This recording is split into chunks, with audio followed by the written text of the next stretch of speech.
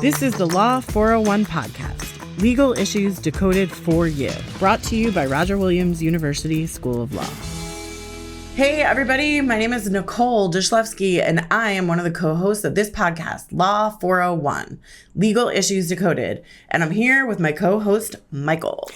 Hello, Nicole. Hello, folks. My name is Michael Donnelly Boylan. I'm one of the associate deans at Roger Williams University School of Law, and I am a political junkie, so I'm super excited about today's topic. And I'm a lawyer and a new podcast host and a librarian and a law professor and mostly just like a legal and librarian nerd. You're just fabulous. Yes, that's what I was driving at. So what we do on this podcast is we talk about issues from the perspective of a lawyer and a non-lawyer, very engaged non-lawyer, non-lawyer, Rhode Islander and a non-Rhode Islander. Nicole, calling me out. And we break down issues in sort of a long form way that might be interesting to our guests, tricky to understand, or just like, you know, of the day. Yeah, my goal is to make sure that Nicole doesn't talk so legalese that you can't understand her, that the average person here in the state can understand a law librarian. And that's hard work. Today, we are talking about advocacy. Our guest is Victoria Litman, professor and attorney, and you'll talk about all your other stuff, Victoria Litman. We're really excited to have you because you are our colleague and we can laugh and joke around and not be so serious. But we're talking about advocacy and how you use your voice as a power to help shape the laws that we talk about on our podcast. Yes. So welcome to Law 401. Let's get started. So we hear a lot about everything in DC these days, right? Congress and the Supreme Court and the president and executive orders. But why might state law actually be almost more important to the lived experience of Rhode Islanders? Yeah, so state law has, first of all, thank you so much for having me. I'm happy to be here to join you. State law has historically been a place where a lot of the action happens in terms of education, in terms of healthcare, in terms of the environment, in terms of implementing some of these federal programs we've seen. But now more than ever, as you said, if you're paying attention to DC, there's less being invested in the strength of our federal government. Very physically, concretely, we see people losing their jobs, federal agencies being shuttered, programs disappearing at the federal level. This is something I've been working on sort of through like a legal scholarship lens, like what happens in our system of what we call federalism, right? The relationship between the federal government and the states when our federal government is being intentionally weakened. But from the perspective of the states, this makes the role of states even more important. If we don't have federal oversight protections in education or the environment, even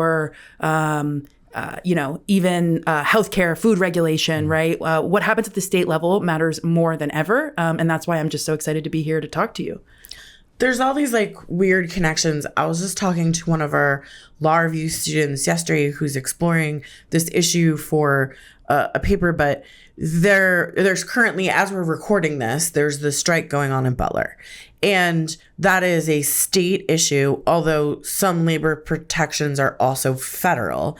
But this particular, whether you call it like a strike or a lockout, which is talked about in the media both ways, there might be some reliance on national mediators. And now because of some cuts that were made, those mediators aren't available. And that changes the nature of things that happen at the state level.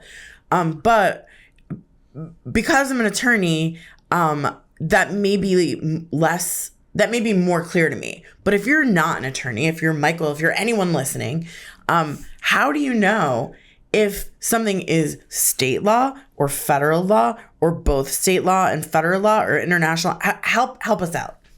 Well, it depends, right, is the lawyer answer. And I will say in my own writing, in my own teaching, you can say, what have things been before the last 6 months and then what things are now? And we've seen a huge shift. And so it's really hard, even for people operating at the highest levels in state law and state government, where we're used to relying on federal partners and federal funding. And now those things are being cut. And so I think it just leaves, in my work, I talk about this as sort of like a vacuum, but a gap where we don't have that's a very concrete example in the labor context. We don't have the federal mediators. The same thing is happening in a ton of areas of law. And it just puts the burden even more on the state to step in and fill some of those gaps. Like I said, I think that's why we're here talking today about how people can get involved and help, encourage the state and help the state fill those gaps.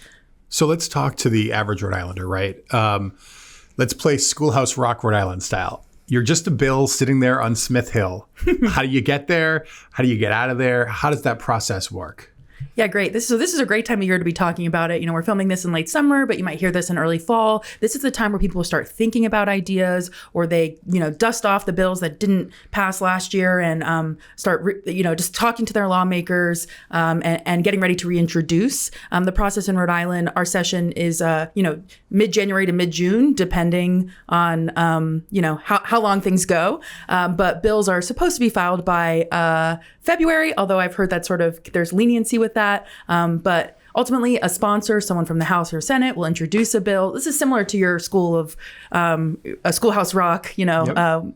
I'm just a bill. Similar process, but at the state level. So we have our state house, we have our state senate, our state house, and of course our governor, who's our executive in the state. And so one of the sponsors of a bill has to be, a representative from the House or the Senate. They'll introduce a bill. It'll get assigned to a committee. If it's introduced on time, it'll get a hearing. And then just like the federal, go check out YouTube. If you're listening to this and you don't know Schoolhouse Rock, you really should. So, I'm just picturing the little bill sitting on the steps waiting for a vote. It has to pass. The same bill has to pass through the House and the Senate, go up to the governor. There's some technicalities there, but basically the governor signs it or vetoes it, or depending on the amount of time left in session, it could still become law. But that's your general process. You have to get agreement between both sides of our state house, the House and the Senate, and the governor typically has to sign off on it. And so that is how a bill becomes a law. So you said you might be dusting off your bills from previous sessions that didn't pass. And I know we talked about in a previous episode that most bills don't get passed in the legislative session, which is crazy to think about. Why is that? I mean, that's a big question. I think because a lot of issues take time. That was one of the big lessons I've gotten from my work in advocacy is obviously it would be great if you think an idea is super important and you could just take it to the state house and sign off on it and make it become law. Wouldn't that be great? But you need to convince everyone else. And also you have to be mindful that there are dynamics at play that you as someone who cares about a specific issue might not even appreciate, whether that's the budget, whether that's, constituents coming to their lawmakers, having certain concerns about the bill. So all of that has to be ironed out. So just, one idea, one person, then you have to get a whole group of people to agree and also, have the resources to actually implement it. I think from the law professor hat con law person says the slowness is actually part of the process. It's on purpose. You could argue that both at the federal and state level, maybe we're moving a little too slow. But the inefficiencies are actually built in to help us hopefully pass legislation that is, checked. And applicable to all and actually implementable. I just want to amplify that because I think it's important. You also have to have the resources to fund whatever change it is. So most changes are not revenue neutral. Whether it's, having to create a policy and then someone that works for the government has to spend time creating that policy and running it by a bunch of people or having it sent out for public comment or having hearings to, requiring there to be more buses or requiring there to be safety procedures. A lot of things require money and the legislators are sort of forced into this position or have volunteered for this position to have to make really difficult decisions about how a limited pot of funds gets distributed with all of these changes that a bunch of different people want to see made. Well, right now, what y'all are talking about are the players, right? And it's all these elites that we think about off in the state house in our ways, right? Even though there are local representatives. And in 2025, I think the average person here in Rhode Island, the average person here in America feels like their voice just doesn't matter. But in a state like Rhode Island, what I've seen is that because it's so small, you really can make a difference. So, Victoria, how would you suggest sort of the average person can actually influence law here in the state?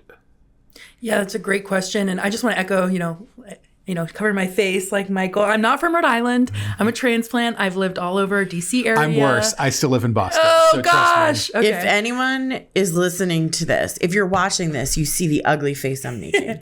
But if you're listening on the podcast, please envision me making a very ugly face where I'm rolling my eyes at these two non-Rhode Islanders. Let me finish. But you live there now. Yeah, let me finish. No, so I've lived in a bunch of major cities, and I am obsessed with Rhode Island. I love Rhode Island, and one of the things I love about Rhode Island is that it's so easy to get involved because it is so small. And so, one of the easiest ways, which this is honestly how I got into advocacy, reach out to lawmakers, either lawmakers that are working on issues that you care about, or your representatives, which you can find on the Secretary of State website. And I came from New York City. So in New York City, if you want to reach like a city council person in New York City or your state rep, you have to go through their staff. You probably won't get a response. No. In Rhode Island, if you find their email or their phone number online, like I got a call directly back from the lawmaker saying, hey, it was so great to hear from you. Let's talk about this issue that you care about. Do you want to say who it was? Oh, it was one of our law students, one of our graduates, Representative Brander Potter. Oh, I love that. I love Brandon. Yeah. So we'll talk maybe a bit about this, but one of the areas that I teach and write in is cannabis and psychedelic law. He was the sponsor, already the sponsor before I had reached out to him of a psychedelic bill. And so I reached out and said, hey, I'm a new law professor at Roger Williams. I'd love to help. But I think even if, obviously as a law professor, he's like, oh, well, she can help me with this bill. But I think, lawmakers care about their constituents. Someone said to me recently, right? I think a lawmaker will be happy to just get an email or a call from someone who's not mad at them. Like if your ask is just, can we get coffee? Can I get to know you? Right? The best case scenario is they say yes. And the worst case scenario is they don't respond or, they respond later or something like that. But you really don't have a lot to lose by reaching out to your lawmaker and forming relationships. And that is the biggest thing I've learned. Maybe you also, Michael, as not a Rhode Islander, is relationships are the thing that moves things forward in the state. And for some people, can be frustrating. Like, well, I don't have those relationships, but the beauty of the small state is you can form those relationships and that people want to form those relationships because, we're all in this together. We're all impacted by state policy. So one of the things that I find fascinating, right? Yes, I'm not a Rhode Islander, but I've been paying taxes in the state for 23 years. And I lived down here briefly for a short period of time. I'm not a lawyer like all of you. And yet I've been able to go into the Rhode Island State House. I've been able to have conversations. I've been able to protest on the State House steps, right? This is a state where you can do that and make a difference. And I think you don't have to be a lawyer. And I really hope our audience is hearing that you don't have to be a lawyer. The average person here in this state can get involved. Absolutely. And I think like the easier, if reaching out to your lawmaker feels a little scary because you're like, well, what am I going to say? And obviously you could just talk about, the schools and the parks and anything, but you can also find there's so many amazing organizations. We have some of the most nonprofit organizations per capita of almost any state that are doing this type of advocacy work. So, everyone has something that they care about, whether that's based on, how you are in the world and your identity or your upbringing or certain conditions you have, disabilities, immigrants, gender. There's so many groups that are focused on all of these issues and areas that are important to different people. You can find a group, even the ACLU of Rhode Island, right, is an example of a group that they cover a whole bunch of issues, and you can find that group, and that's almost an easier way in if reaching out to your lawmaker is intimidating to you. But I would encourage people to reach out to your lawmakers, truly. I mean, they're all so kind, and our legislature is a part-time legislature, so they all have jobs otherwise. So they all understand what it means to be a working, living Rhode Islander. And I think that is another thing that makes our state just so great. And I love that. As someone who actually worked at the Mass State House, it felt like professional legislators that felt above the law. But down here, truly, these are people. I mean, I remember my brother went to Providence College and his roommate was in the state legislature at the time, right? This is the kind of place where it is your average person who's making these decisions. I also worked at a legislature. I worked at the Maine legislature, and it is always referred to as the people's house. So it is not the house of the legislators, it is the house of the people. Like, treat this as you treat your living room. You should feel comfortable speaking up. You should feel comfortable coming here. And I love that. That's such a great sentiment. But I want to talk about sort of the other side of that, which is while I was prepping for this conversation and talking to people about, what do you want to know? The number one question I got for people is, it seems like small ball, that everybody here knows somebody who knows somebody. these decisions are decided before it even gets to hearing. They're traded away. Like, does my voice even matter? You're telling me reach out, but does it actually matter? Absolutely. I think one concrete example is our psychedelic bill. One of the reasons that it failed this cycle, which, maybe is part of this process, was because constituents reached out to the Senate sponsor against it. So every voice matters. And I think that also gets to this idea of joining coalition, joining groups, because, your one voice matters if you show up, if you testify, if you call your lawmaker and support or against a bill, but also, showing up in numbers at the State House. And I know you have experience with this and we'll talk more about it, but that makes a difference. Like lawmakers seeing a group of people who are willing to show up. Maybe you're wearing matching shirts, maybe you have signs, maybe you have pamphlets, but you're there. You're physically, making this a priority and showing up. And that speaks volumes, especially, from the perspective of a lawmaker. It's easy to say, oh, well, no one's against this, so we're just going to approve it. But if you see the group of people that are there, or no one supports this, it's easy to just, not prioritize this. But if there's a group of people that are going to vote for you, that are in your face, that are telling you that it matters to them, that really makes a difference. This is something we talked about with the kids at summer camp, especially when we were at the legislature and we had Marcella Bettencourt and Wynonna Nelson Davies, who are two well-known advocates in our state, come and talk to the kids. If you're not speaking up, somebody else is. And that person, you can't assume they agree with you, that they have your morals, your values, your hobbies, your interests. And so by not speaking up, you are giving a platform for other people to speak up in your place. And so I know it's hard. As a newer advocate, it's intimidating, but you also have to think of it as, well, if you're not doing it, who is, and whose voice are legislators hearing? And I'll just say to that, no, it's not a secret to anyone. There's a lot of money involved in politics. There's people that pay people to lobby, and maybe it isn't. We can debate about whether or not we think that's a good thing or whether it should be changed or whatever. But the reality on the ground is there are going to be people at the State House in support of some of these bills who are being paid to be there. And the other side, the pushback, we should make it safer, we should care more about people, we should care more about workers, we should care more about kids, are less likely to have that financial backing. And so showing up is also a voice for that perspective. Even if it means the bill passes, at least the bill passes with a more informed perspective, or it doesn't pass, whatever the issue may be. With a more informed perspective of how this will impact everyday Rhode Islanders.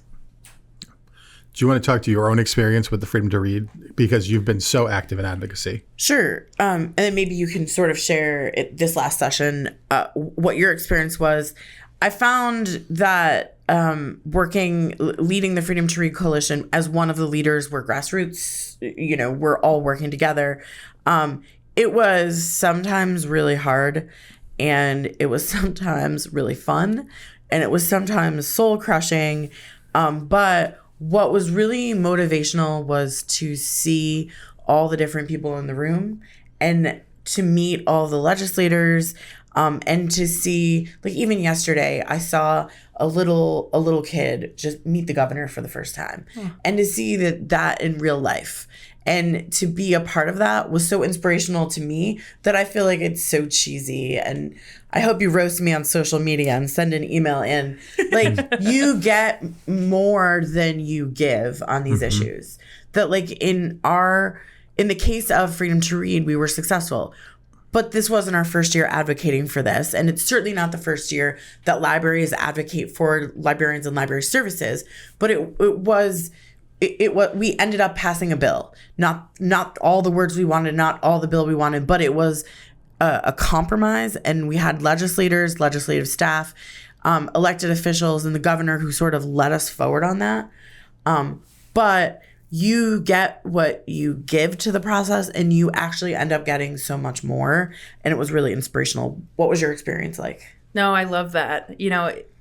We've been framing it as like a service, and it is a service to, lend your voice and your expertise to moving our state forward. But you get a lot of, it's like giving or volunteering. Like there is a sense of like, I'm trying my best to contribute in the ways that I can. So I really love that.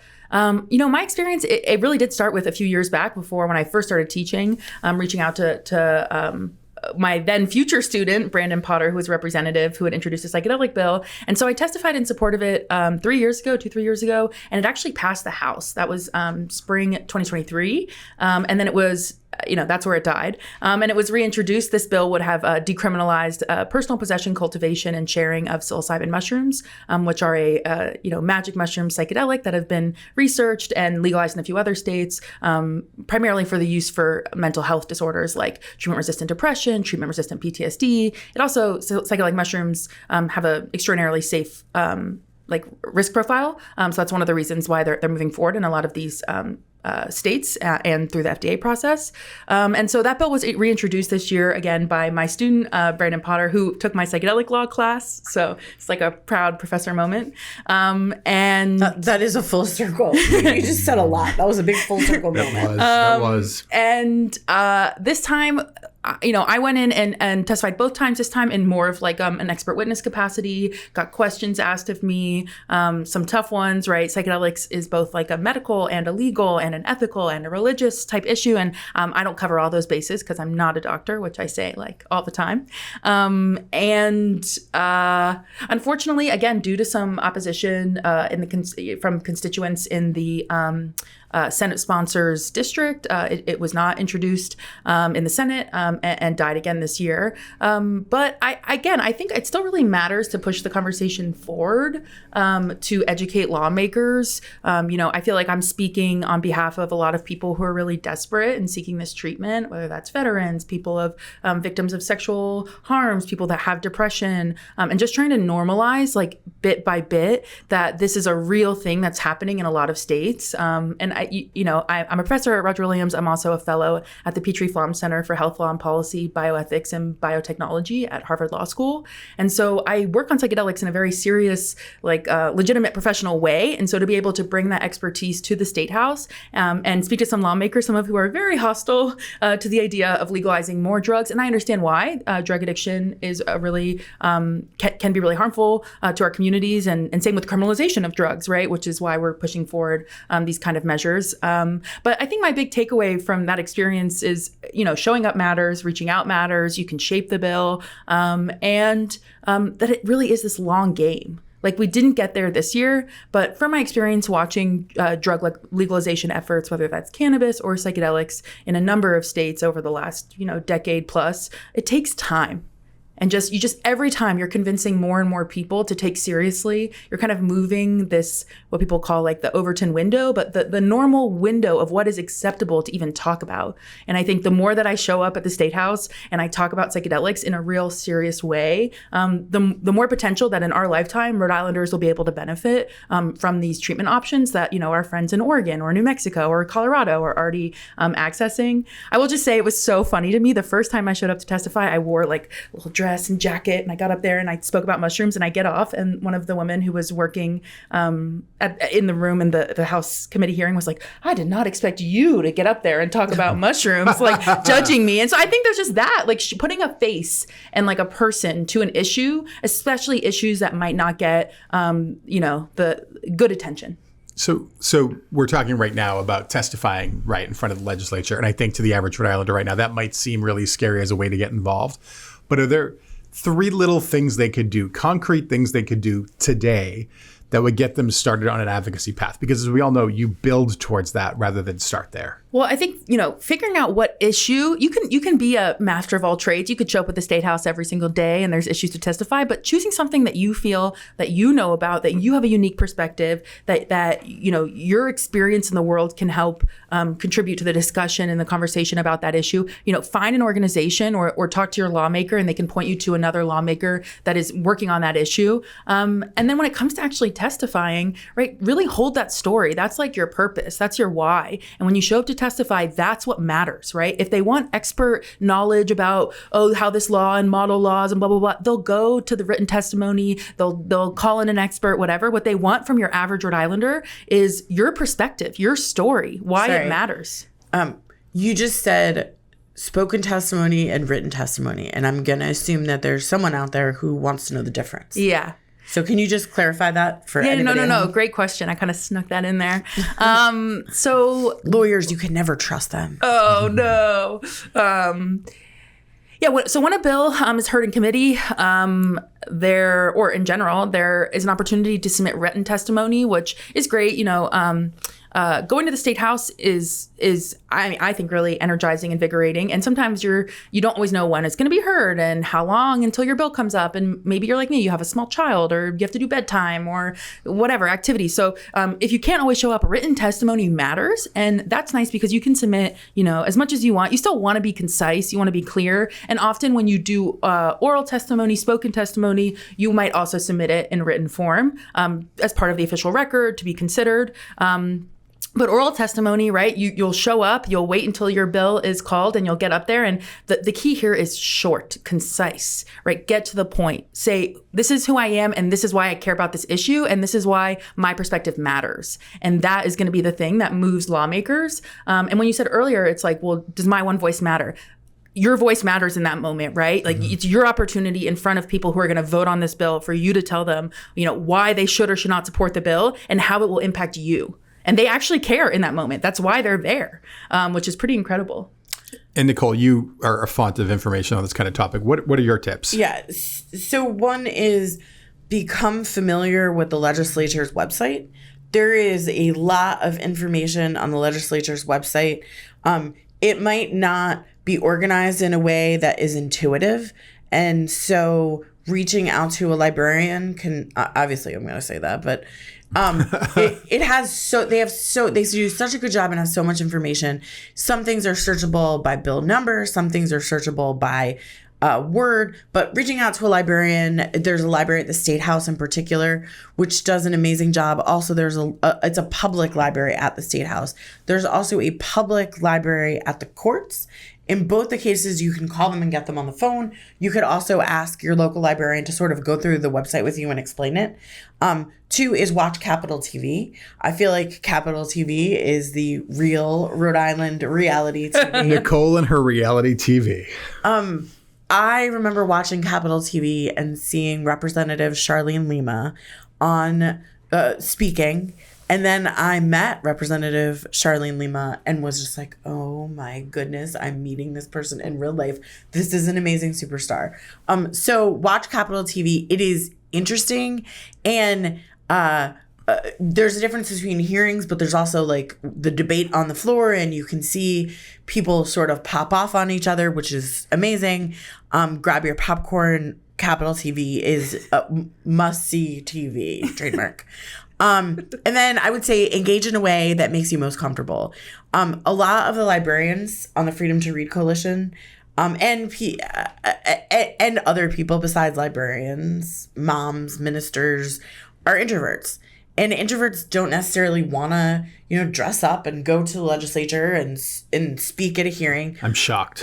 But they wrote emails, made phone calls, sent postcards, and also engaged in artivism. And I hope at some point we do an episode on artivism. But the idea that don't just approach the media or legislators with facts, but also use your story, and a way to tell your story and communicate facts is through the use of art installations, artwork. And that is a way to authentically show up if that is your a really effective mode of communication and a safe harbor for you. So there is a lot of frustration right now with government, but episodes like this remind me that there's a lot of good in this process. Do you want to share any of the good in the process that you see going forward? People joke, it's like, can we be in precedented times? I'd like to be in precedented times. But we're in unprecedented times. And I think that creates, an opportunity for innovation, for entrepreneurship, for ideas. You talked about this too, about, money. Right now, the budget is a huge issue. Maybe I don't know if you've talked about that or you will talk about that in future episodes, but the Rhode Island, all the states right now are really, struggling, partially because of the federal pullback of funding. And so I think when you have ideas that can make the state money, that's an idea that's worth pursuing. And like, it just gives me hope that there's this, like, it's not like it's a clean slate, because obviously there's a mess right now, but there's this opportunity, right? There's this energy of like, if you have ideas, and like, people are more eager to hear good ideas than ever before, because we need help. We need ideas. We need people to show up. And I think I'm like kind of excited for that, like, we'll see what happens, right? Like we're in this, like I said, unprecedented times, new territory, and that's going to create the opportunity for people to step up. And you know, that's the optimism side of it. Obviously, there's going to be challenges, but I really, one of the reasons I'm just so jazzed on state law right now is because for me, it's a place we can actually get our hands in the process. We can have impact. We can have creative solutions. We can exercise our power, right? Like this is where the action is. Also at the local level, which we haven't really talked about, right? Like your local city council, you know, we talked a little bit about what's federal, what's state. There are certain things like interstate commerce or immigration or national security, which are historically federal. There are a lot of things that are both state and federal, but local issues, zoning, schools, school boards, right? Like that, there's exciting, to me, that's really exciting. I'm sure as a librarian too, right? Like that's where the cool action is the local level. So yeah, reach out to your state house, representatives, but also reach out to your local city council. They're probably your neighbors, your friends, you know, your colleagues, right? And you can get involved too, right? Like I just feel like there's this opportunity right now that I'm trying to seize. That's the optimism I have with this process, is I realize that legislators are people too. And that sounds like so trite, but when I do watch them on Capitol TV, I feel like this is who we need as our first sponsor, Capitol TV. I feel like incredible. I see them as like people on TV. But then when you meet them, when I'm at Representative Stewart, I was like, oh my goodness, this is the nicest person in the entire world. And if this person is this nice and this dedicated and making our laws, I feel optimistic about the future. But you are an advocate, and I want you to have our last word on this positivity. Yep. What makes you positive? What makes you feel positive in this? What I love about what we're talking about is that local government really is working. But at the same time, if you're really intimidated by what's happening at the federal level, which is where I've been doing a lot of my advocacy lately, has been on Capitol Hill. This is just 101. This is where you get your start. And then you'll be shocked at how easy it is to walk into the Senate office buildings and meet with the staff of our United States senators. So get involved at the state level. That is where the work is. But that is what can prime you for work at the federal level. I want to thank you so much, Professor Litman, for coming on, for talking to us about local government, state government, and how the average Rhode Islander can get involved. I'm so thrilled with this discussion. Nicole, you always close with some sort of fun question. What is your question today? So you talked a little bit about innovation. And so I want to follow up with a question about innovation. If you were to start your own business, what kind of business would it be? All right. Well, you know, I listened to your cannabis episode, so Chairperson Kim Ahern might be upset by me saying this. No, she's excellent, an alum, and a great. We're so lucky to have her and the whole team over there. But my dream business, and you know, we've touched on this a bit. I've been involved in cannabis and psychedelic work for over a decade. Is to have a bowling alley smoking lounge restaurant called Bowls, where you do the bowling, you smoke bowls, and you can like get poke bowls. Oh, no, speak that into the microphone louder, Professor Smoke Litman. bowls. No, I mean, well, look, we have places where you can drink and you can bowl. And I think we should have those for all kinds of recreational drugs that people enjoy. You are a zany person. You went on camera saying, I'm really excited about the work that school boards are doing, right? To bowls. This has been, wow. Amazing. Don't get me started on, pediatric medical cannabis use and how important it is. And with that, we're going to turn to Nicole. Nicole, what would you start? I've told you this before. I've shared this with my coworkers that if I get frustrated one day, I may leave and become an entrepreneur. I would like to set up a food truck that sells churros. And half of the year it sells, I'm serious about this. Half of the year, it sells churros and ice cream. And then half the year, in the winter months, it sells churros and Mexican hot chocolate. Now, I do not have a recipe for any of these things, but I'm really excited about this idea, and we'll be tasting churros throughout Rhode Island and beyond to see where I think the best churros come from. What about you? Oh, let's see. Well, I've said this before. I'm obsessed with the TV show The Gilded Age. I've been obsessed with it since it came on the air. And so I think I would do some sort of hospitality business down in Newport that does the Gilded Age tours, but off the record, because so much of the history that is being told in the Gilded Age is not told necessarily in easy places in Newport. So I think that would be a fun business. I'm much more serious than both of you, but it's still TV. That sounds really fun. Isn't Felicia Rashad on that show? Oh my God, she's amazing. Can we please what she can do with her episode on eyelid this? alone and like make you feel is insane. We should do a whole episode on the Gilded Age. So if there's any lawyers out there who've worked with the Gilded Age, be in touch. Yeah, we could do the confidential informant thing where we pixelate them. Oh my God, I love that. Well, to wrap us up in a non-pixelated way, thank you so much, Victoria, for coming today and talking about all this. You have a lot of energy, and that energy is fun and zany, and we really appreciate you coming. And if you've been following us now for a while, if you could hit that subscribe button on whatever you listen to your podcast, or hit that like button and subscribe on YouTube, we would love the engagement. We would love your comments. We would love your ideas. Drop us an email. We can drop the email address in the show notes, and you will be able to contact us with your ideas for future episodes. Thank you so much for listening to us today. We appreciate you all. This has been another episode of the Law 401 podcast. Thanks for tuning in to Law 401, Legal Issues Decoded from the Roger Williams University School of Law. We'd like to thank our guests on the show today. The Law 401 podcast wouldn't be possible without the generous funding from the Hassenfeld Family Foundation. We'd also like to thank executive producer from RWU Law, Helga Melgar, the RWU Marketing and Communications team, and our production partner, Focus Forward Media. The opinions expressed on this podcast are those of the hosts and guests and do not necessarily reflect the views of Roger Williams University or our partners. For more Law 401 episodes and updates, follow us wherever you listen to your podcasts on YouTube or visit law.rwu.edu.